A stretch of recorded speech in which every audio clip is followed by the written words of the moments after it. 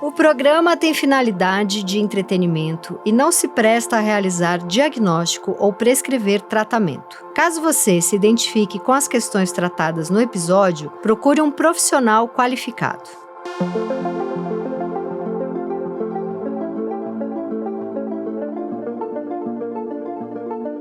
Olá, esse é o Desculpe o Transtorno, comigo Tati Bernardi, com o psicanalista, professor, escritor Christian Dunker. É isso aí, ele faz isso aí também. E para mandar sua cartinha você escreve para dotranstorno@gmail.com. Este programa você pode ouvir no seu tocador de podcast e também no meu YouTube, Tati Bernardi. E o Christian tem uma maravilhosa dica para dar. É que o curso Caminhos da Psicopatologia, uma história, uma tentativa de fazer a crítica da psicopatologia a partir da psicanálise, a partir da filosofia, está já disponível, né, para os interessados. Basta clicar aqui, está valendo. Eu já cliquei, eu já estou lá. Vamos à carta do dia. A aspirante à escritora em plena crise de privilégio. Bom dia, Tati, Cristi e toda a equipe. Tenho 47 anos e, teoricamente, tudo para estar em paz. Sou casada com um homem que amo, tenho uma filha de 13 anos, linda e sensível, moro atualmente na Europa, em uma casa entre o Mediterrâneo e a página em branco.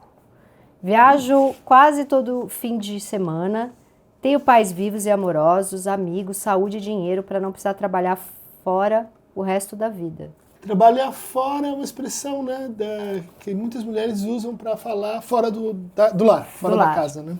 Faço trabalho voluntário, poderia estar só cuidando de mim, dos meus, fazendo cursos legais, mas não, eu quero ser escritora.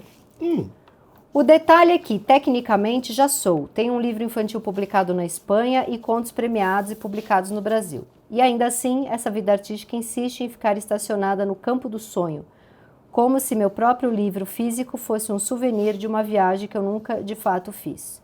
Nossa, isso é bonito, né? Sabe escrever. Sabe escrever, escreve bem. Me sinto uma dramaturga da minha própria sabotagem. Isso é bem bonito também. Conheço pessoas que fazem isso, hein? Desde pequena. Desde pequena eu flertava com a arte. Redações premiadas na escola, teatro, frases criativas em concursos de TV. Aí me formei em administração porque a vida é prática.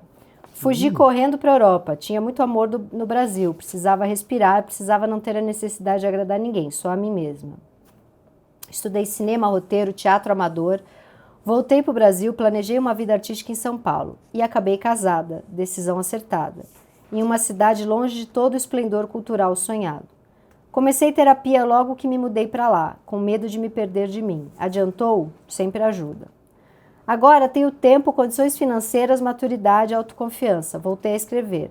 Faço cursos de escrita criativa, devoro livros, vou a festivais literários, ou seja, não posso mais culpar a falta de oportunidade, nem o sistema, nem meus pais ou meu casamento. Só que eu simplesmente não sento a bunda na cadeira para escrever todo dia. Mas nem o escritor faz isso, eu acho. Qualquer banalidade ganha prioridade. E essa frase aqui é importante, né? E eu vou dormir e acordo pensando nisso, pensando que tenho um dia a menos na vida para produzir, para me realizar, para acreditar em mim e provar que eu consigo. Começo a fantasiar que talvez me falte desgraça, problemas, dor, falta de dinheiro ou de tempo, uma boa traída, um abandono cinematográfico, algo que me empurre dramaticamente para a arte. A pergunta que fica é, a escrita precisa mesmo nascer do sofrimento? Ou isso é só romantização de quem está confortável demais e ainda assim sente-se profundamente desconfortável? Queria ouvir de vocês, por que a gente sabota justamente o que mais deseja? Isso é medo de dar errado, de dar certo ou só preguiça bem articulada? É muito boa essa carta. Muito boa. Ela retoma o príncipe Hamlet. Ela retoma. Só tem uma última frase. Mas é diferente. E principalmente, como é que a gente confia num desejo que às vezes parece tão forte quanto neurótico? A escritora, um abraço da escritora angustiada que se sente em rascunho permanente. Bonito. Isso aqui é... rascunho permanente. Nossa. Uma vida de ensaio, né? Que ela se sente no ensaio. Como o Hamlet se sentia, lembra, né? Imóvel. Hamlet é um programa que a gente gravou algumas semanas atrás e que, de fato, conversa com essa carta. Problemática semelhante, né? Da pessoa querendo ser artista, né? E aí, minha cara, o que o sobrevoo inicial do seu exame clínico revela? sobre este texto? Tem uma coisa de tratar escrever como se você precisasse estar muito limpo e organizado para escrever. E isso acontece comigo ainda e sempre, que eu entrego a minha coluna da Folha na quinta para sair na sexta. Eu poderia entregar na quarta, na terça, na segunda, mas eu entrego na quinta, final do dia, assim. Porque lá para terça eu começo a angustiar com a coluna e aí o que eu faço? Eu arrumo meu escritório, eu arrumo a gaveta, eu aponto o lápis. Isso, de certa forma, é um ritual que eu faço, porque parece que precisa estar organizado e limpo para este grande momento, deste júbilo, desta coisa, né? Só que aí, quando chega a quinta, 4 da tarde, eu não escrevi, tá na hora de buscar minha filha na escola, e aparecer outras coisas para eu resolver, e tem algum problema com meu pai que eu preciso resolver, que tá idoso e só eu posso levar, é na bagunça que daí, é na sujeira que daí eu falo, vai ter que sair. E o vai ter que sair me dá um certo alívio de pensar que aquela que seria a melhor crônica não dá mais tempo, agora vai dar para sair só o que der. E é só no que der que eu faço. Porque enquanto dava tempo de fazer a crônica que mudaria minha vida, a crônica, a melhor crônica já escrita no mundo, enquanto dava tempo para essa, eu procrastinei. Sim. Quando só dá para sair aquela lá mesmo, porque falta algumas horas e eu dependo desse espaço e dessa grana e do status que isso me dá, para mim é importante estar ali, e aí é no alívio de sair o que dá que eu trabalho. Mas veja que ela está dizendo algo parecido. Né? Quando ela, ou está se perguntando algo parecido, quando ela diz assim, será que eu tenho que sofrer mais para ser uma escritora? Mas não precisa ser eu sofrer porque tem um câncer maligno na família. Esse é outro tópico. A gente pode discutir isso depois. Mas o que você está descrevendo e o que ela fala mais ao final é o que a gente pode chamar de um ritual de criação. Né? Criação é uma coisa sagrada. Né? É uma coisa que exige não uma liturgia, né, de computadores, necessariamente, tem alguns que fazem assim, mas exige você entrar num outro modo mental. E tem certas condições que elas são assim, para esse é uma, para o outro é outra. Né? Para você é essa arrumação, para o outro pode ser tomar banho, para o terceiro pode ser pensar em alguém. Tem um documentário lindo da Patricia Highsmith, né? Uma escritora americana, muito interessante, trabalha com coisas assim meio policiais, mas de altíssima densidade metafísica. E ela precisava sair, olhar as plantas, regar o jardim, ver a montanha, ou seja, esperando um momento em que por eu estar fora, por eu estar longe, eu posso voltar. Né? O que ocorre e é problemático é que muitos sabem disso, mas é como se fosse uma insônia. Eu não consigo ter esse clique psíquico para entrar da vida de vigília para o sono. Né? E aí eu vou postergando, eu vou tomando conta das plantas, daí eu vou regando e eu vou me entrando numa dispersão, né, que deixou de ter essa função. Né, que você foi levado para o lado de cá e não mais uma preparação de fato que precisa para a cerimônia da escrita. Né? Acho que temos aqui tem uma narrativa que ela enfatiza muito o assim, dei certo. Né? E o dei certo, não sei se você concorda, é basicamente uma certa adequação. Né? Então ela escolhe, olha lá, uma formação em administração, porque a vida é prática. Né? Que é o que falta para muitos artistas. Né? Essa ideia de que, olha, a vida é prática. Né? Você quer trabalhar com música, você vai tocar ali na churrascaria. Mas é a música ao mesmo tempo. Você quer orquestra, mas vai ter que ensaiar. Essa dimensão é muito, muito forte aqui e onde ela vai aparecendo. Eu moro atualmente na Europa, um homem que eu amo, muito importante. Como ela não está dizendo assim só choveu na minha horta, sou uma herdeira, nasci privilegiada, crise de privilégio, eu não acho que é isso aqui nesse caso. Eu acho que isso é periférico. Ela tem muitos privilégios, mas não é isso que não é a falta de sofrimento que está engasgando a coisa. Eu acho que tem duas coisas aqui. Eu preciso, sempre que alguém me passa um trabalho, hoje, na minha vida hoje, se eu tivesse que escrever para um blog e não tivesse ninguém me cobrando, e aí, não vai mandar? Tem um espaço no jornal esperando, entendeu? Ou seja, angústia, o outro te pressionando. O mundo criando, vai. Eu acho que eu não sei, lá atrás, quando eu comecei e era um blog, não era ninguém me cobrando, a minha cobrança era, eu preciso lá na frente ter alguém que cobre. Eu preciso conseguir, eu queria muito ter um espaço no jornal, um espaço numa editora grande, um espaço para escrever uma série para TV, só que para isso acontecer, eu tinha que mostrar meu trabalho de alguma forma. Então, tinha uma coisa em mim, de uma cobrança em cima de mim, que aquilo era mais importante que tudo, assim. Hoje em dia, se eu tivesse que escrever para um blog, eu ia falar, putz, mas tem a pessoa ali, você vai mandar ou não vai mandar? Sim. A coisa mais terrível para mim, mas que eu acho fundamental, é quando uma editora encomenda um livro e paga um adiantamento. Eu falo para a editora, eu também não gosto. Esse adiantamento acaba comigo, porque eu encontro a pessoa na rua e falo, eu tô devendo. Não, não é quando você encontra, é no domingo à noite, você tá vendo o programa, vem aquela vozinha dizendo, mas você não está fazendo, você não tá fazendo, escrevendo. Mas, por outro lado... Comigo é a tese. Mas, por outro lado, se eu não tô nesse sofrimento de estar devendo, talvez eu não faça. Isso. Hoje em dia, eu preciso estar devendo para fazer. Lá atrás, eu estava devendo como existência.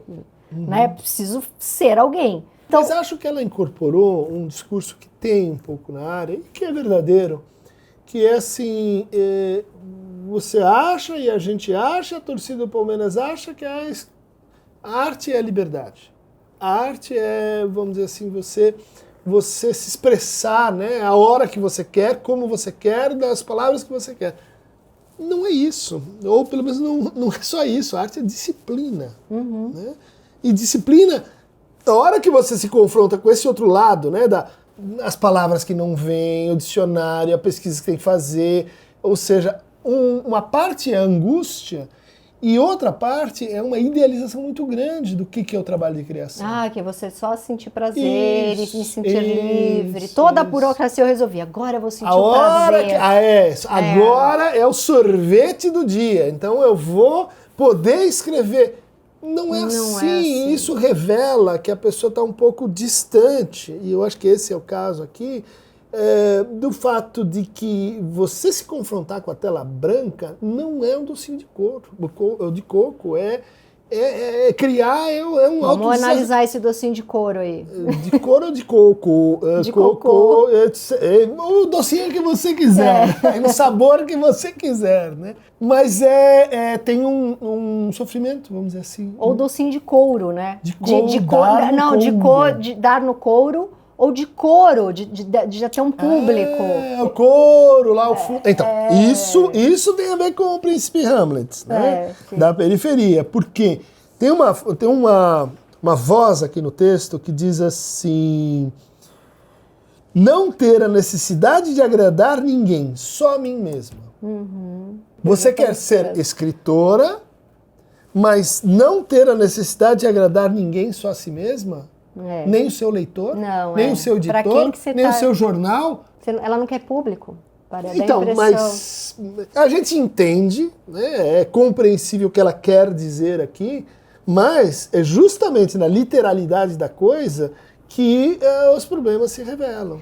E eu acho que a escrita nasce de uma solidão, de um vazio, e ela viaja todo fim de semana, né? A vida dela tá boa, tá agitada, ela, né? Eu também viajo todo fim de semana, você também. Mas você viaja mas não, mas escreve aeroporto, mas desde que você tenha essa posição subjetiva, vamos dizer assim, do que é a escrita. Você sabe que eu acho que quando eu converso com alguém assim, que tá meio emperrado, empacado, eu sempre digo um negócio que é: a pessoa tem o que ela quer escrever e tem o que ela acha que as pessoas vão querer ler ou o que ela acha que ela vai querer escrever. Sim. Então, por exemplo, quando eu fui fazer lá como ouvinte o mestrado, eu fiz um pouco na PUC, um pouco na USP, para ver se eu ia encarar, né?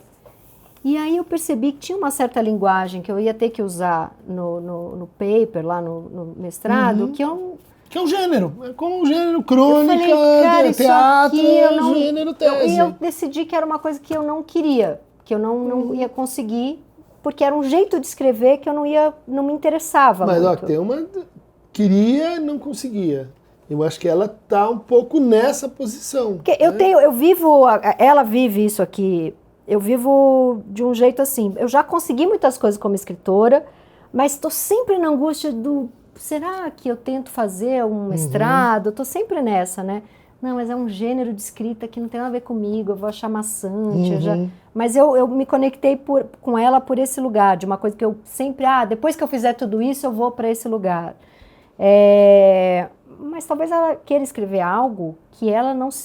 Vamos supor que ela tenha um desejo de escrever sobre coisas um pouco mais quentes, sexys. E ela fala, cara, imagina minha filha lendo isso, meu marido... Aí veta. Vamos supor que ela queira escrever sobre a história da família. Não, mas imagina meus pais lendo isso. Veta. Ela vai vetando tudo que ela quer escrever e sobra o que ela acha que ela gostaria de escrever. Aí não sai nada.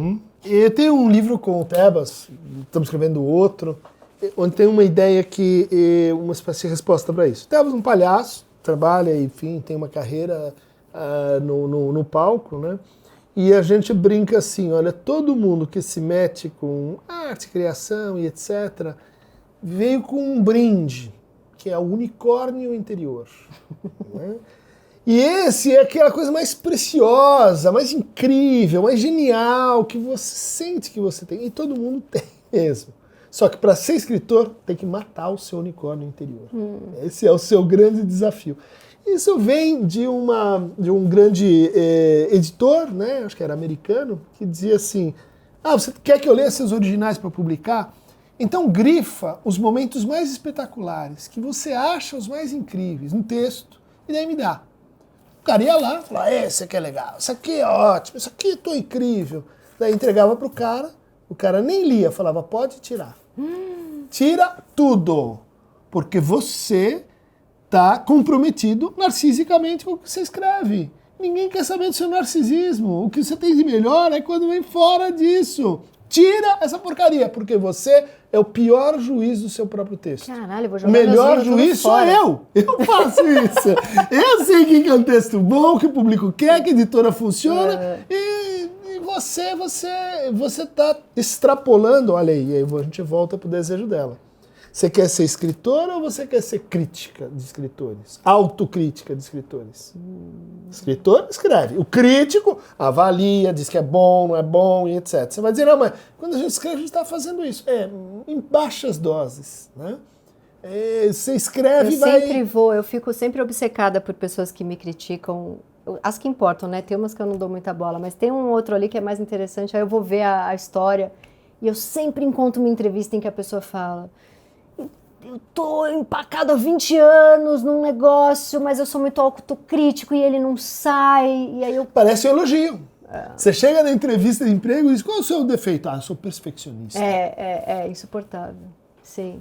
Mas é um pouco isso, assim, talvez ela esteja presa por um negócio disso, aqui eu não posso falar, isso aqui é pequeno perto de mim, diante do que eu sei, de quem eu sou. Mas vamos devagar, porque isso não está no texto. Ela poderia ter dito isso. Né? Ela não iluminou isso aí. O que me parece mais enigmático é que ela diz assim, e queria ouvir de vocês. Essa é a nossa encomenda, Tati. Porque a gente sabota justamente o que a gente mais deseja. E fica para ela claro que o que ela mais deseja é escrever. Só que o desejo, ele não se objetifica. O que é que ela quer naquilo que ela quer? O que ela quer na escrita? Isso está um pouco opaco, porque está parada ou presa nesse capítulo um pouco anterior, apesar de desmentido. Ela é escritora, ela escreveu um livro infantil. Na impressão, olha lá, não é que você quer ser escritora, tem algo que não é o infantil, é o adulto, será? Para quem ela quer escrever? Essa é a pergunta fundamental. Do que é feito esse seu desejo de escrita? Não se objetifica, é muito bom de lembrar, porque escrever dói, mas aí eu penso, caralho, isso aqui vai mexer com aquela pessoa, isso aqui vai... Eu escrevo por milhares de razões que não são o prazer de escrever. Sim. E aí, por causa dessas milhares de razões, eu tenho muito prazer em escrever. Mas veja, o que você está descrevendo é um diálogo. A voz diz isso, daí eu enfrento a voz, não, daí eu mudo, daí eu paro. É uma conversa produtiva. A conversa com o crítico não é produtiva.